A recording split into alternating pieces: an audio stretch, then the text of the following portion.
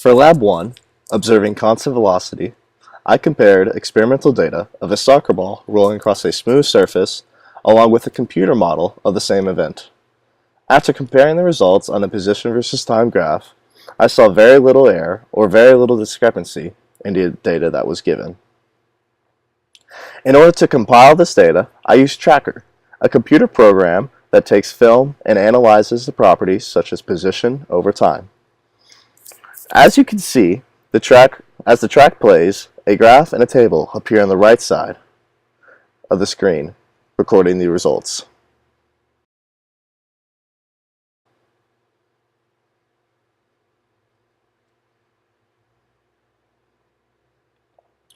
We could also tell that by adding different properties, such as the length of the ball, and an axis that goes in the positive x direction, which is to the right of the soccer ball rolling, it correlates to the graph, which is also in the positive x direction. And by using Newton's second law of final velocity equals initial velocity plus F net divided by mass times delta t, along with the equation for average velocity, change in position over change in time, the velocity of a soccer ball was found to be 0.909 meters per second. And since we are assuming that there are no forces involved, the change in velocity must be equal to 0. Likewise, by inputting constants, such as the mass of the ball, found to be 0.44 kilograms, along with the ball position,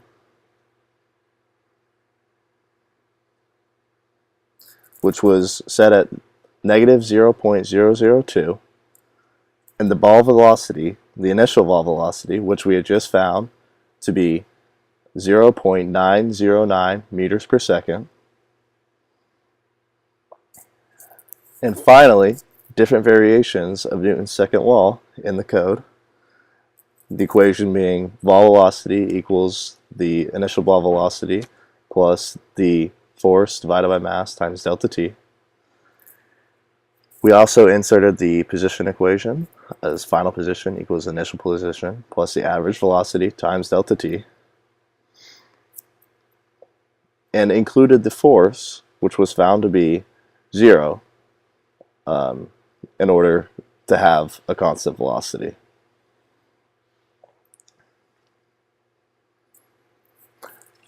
Finally, by running the module, we could see that it is directly related to the path of the soccer ball in the positive x direction.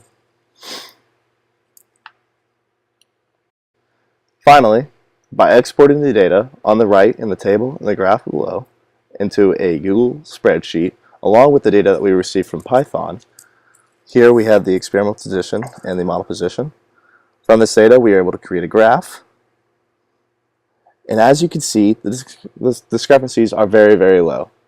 The experimental position is seen with a small blue dot along the axis, and the model position is seen with a red line. As you can see, both of these are very close to each other in length and pretty much display the same linear path.